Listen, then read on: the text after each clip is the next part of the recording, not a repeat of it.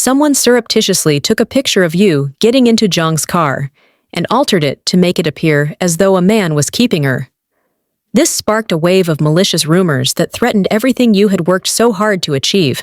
Under pressure from Qin Xiao's mother, the school principal called Yu Mingxi and insisted that she tell the truth as the rumors got out of hand. She would be suspended if she didn't comply. Yu Mingxi, however, remained steadfast. Zhang Bohan entered the room at that point, accepted full responsibility, and acknowledged that he was the one supporting Yu Mingxi. He even got into a heated argument with his own mother to defend her, and he did everything he could to assist Yu in going back to school. Jiang saw Yu Mingxi sharing an umbrella with Yu Jingchu, a friend from childhood, while chasing after her one rainy afternoon. He questioned their relationship because he was jealous, and the two ended up arguing outside. When Yan Zhengwen and his gang unexpectedly showed up, Jiang and Yu Jingchu were forced to fight side by side because the atmosphere was heavy with unsaid emotions. The three returned to Yu Mingxi's house, exhausted and soaked. When Jiang saw how innately close Yu Jingchu was to her, his jealousy flared once more. He assured Yu that he would make all the necessary repairs and get her back to school before he left.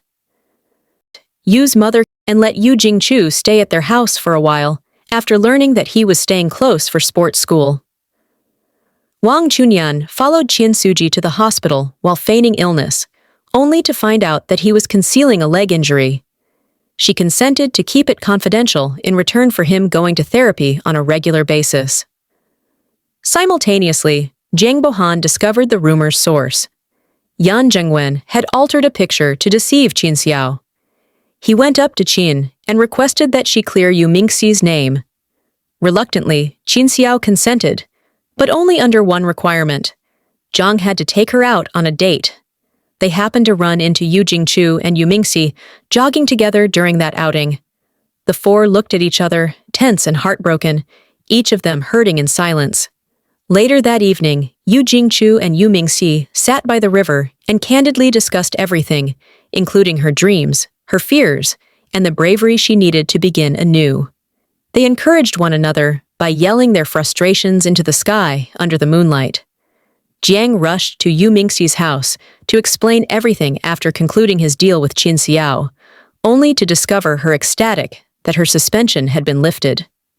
For a moment, all the miscommunications vanished as she excitedly threw her arms around him. The relationship between Wang Chunyan and Chen Sujie gradually improved as the days went by. An almost comical miscommunication resulted when Wang Chunyan unintentionally stumbled into Yu Jingchu shirtless during a visit to Yu Mingxi's house. Yu Mingxi's grades skyrocketed in spite of the chaos, and she was added to the school's scholarship list. Zhang Bohan took her to the rooftop to celebrate by showing her a daytime meteor, which is a unique and lovely moment that only the two of them can experience. Peace didn't last long, though, as the principal gave Yu the pool key and gently urged her to get over her fear of the water after learning that she hadn't been going to swimming class. Zhang interrupted Yu Jingchu's teasing one afternoon while she was helping her clean the pool, and Yu ended up falling into the water as a result of their argument. Yu Jingchu chastised Zhang for not even being aware of her fear of drowning, a trauma connected to her father's passing. Yu Mingxi was already asleep when he went to see how she was doing. After Yu Jingchu told him the truth, he made the decision to spend the night on the couch. After sharing breakfast the following morning, the three decided to take a quick excursion. Although Yu Jingchu couldn't help but feel alienated, Yu and Zhang's relationship subtly blossomed once more at the amusement park. When it started to rain, they hid in a movie theater. Later, by the lake, Jiang and Yu Jingchu challenged one another to hold their breath while submerged. Yu Mingxi jumped into the water to find Jiang after he surfaced late, frightening him. Even though it was a false alarm, the moment showed how much she cared, and instructed Jiang to look after her.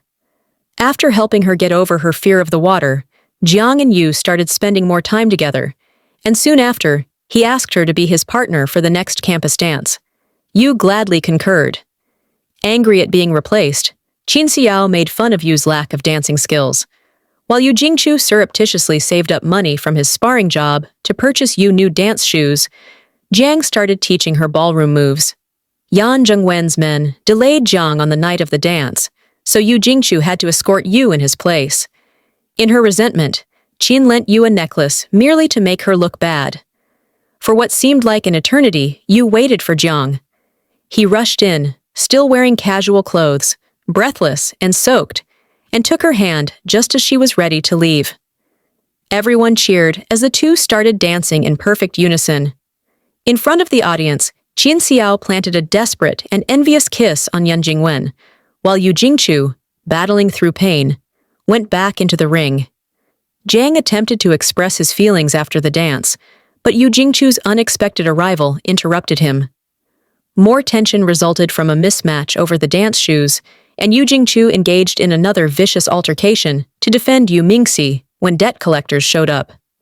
Jiang accompanied him to the boxing gym, where they eventually discovered the truth. Yu's family had been defrauded, and he had been struggling to settle their debts. Yu's heart became more ambivalent as she misinterpreted the situation and thought they had been fighting. Dong Zihui, a senior, urged Jiang to sign with a basketball team abroad in the interim. Jiang hesitated, but when Yu unintentionally joined him in celebrating his birthday, sharing cake and laughing, his entire world changed. He whispered that she was his wish and gave her a gentle kiss as he extinguished the candles. With her marathon qualification and the official start of Wang Chunian and Chen Suji's romance, Yu's life appeared to be improving once more. But there were still shadows. Qin Xiao used a secret bathroom video that was captured by thugs collecting Yu's debts as new leverage to scare her into leaving Jiang. The tension before the crucial basketball game increased as Jiang discovered the truth about Chen Suji's injury. Just as Yu Mingxi crossed the marathon finish line in tears of victory on game day, Chen played through pain to score the game-winning shot. Everyone came to her house to celebrate, sharing laughter, hot pot, and future goals. However, Yu sidestepped the subject when Jiang mentioned traveling overseas. He signed the overseas contract the following day, only to discover later that Yu had lied to him in order to keep him safe. He left, heartbroken. Years went by. Yu Jingchu remained behind, silently keeping watch over Yu Mingxi, while Jiang traveled overseas to help Qin Xiao recover. They were reunited by fate. Now an adult, but still troubled by the past, Yu found herself in front of Jiang once more. Jiang finally told her the truth by the river where it all started. How he had carried love and guilt for Yu ever since he had to leave 4 years ago, due to Qin Xiao's accident. Yu forgave him while crying. Jiang drew her near as the wind softly lifted her veil.